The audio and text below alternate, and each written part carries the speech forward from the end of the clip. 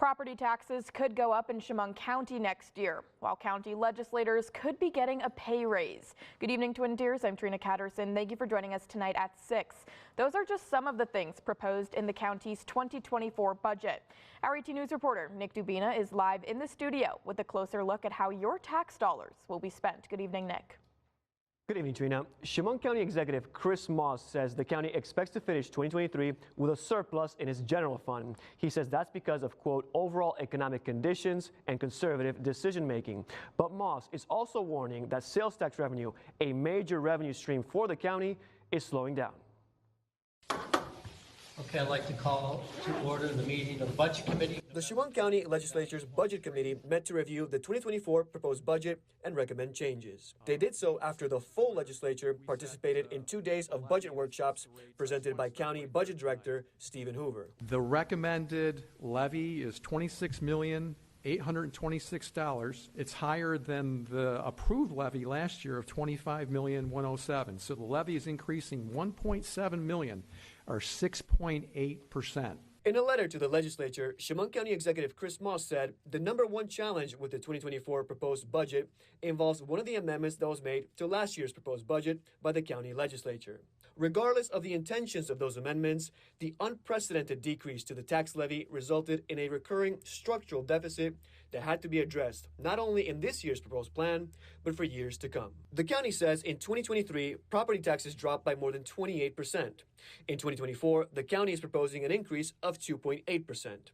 The county says that means if your home is assessed at $100,000, you would pay about $13 more per year. The proposal calls for using $8.6 million from the general fund to balance the 2024 budget. Budget Director Hoover says sales taxes make up 30% of the county's revenue. He warned his initial projection for sales tax revenue in 2024 now shows a slowdown. Sales tax is declining. That 3.5% growth as of October 1st has gone down to 2.8% as of November 7th. That's a $524,000 swing. Hoover said the county is also spending more money on state mandates like social services. This is what's driving the train. It's beyond our control.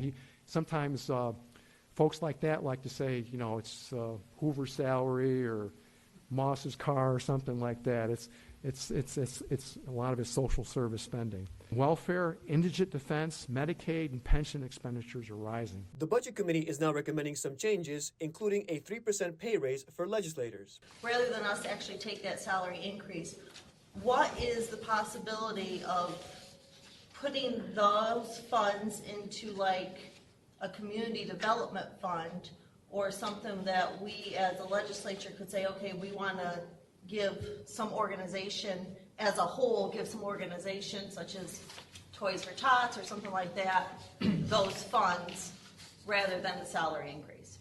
Just a Mr. thought in your head. I'll let the attorney correct me on this, but I believe it's against the law to give money away. Well, that's what I was wondering. Legislator Morse told me legislators can take that 3% out of their paycheck and then make a personal donation. She says she spoke with several legislators who plan to get together and combine their raises to make a larger donation to a charity. Now, the county says a public hearing will be held on the budget next Monday. A full vote is expected on December 4th. The county is also using a new budget website that anyone can access for more transparency. We posted the link and the full budget presentations on our website. That's mytwintiers.com. Trina.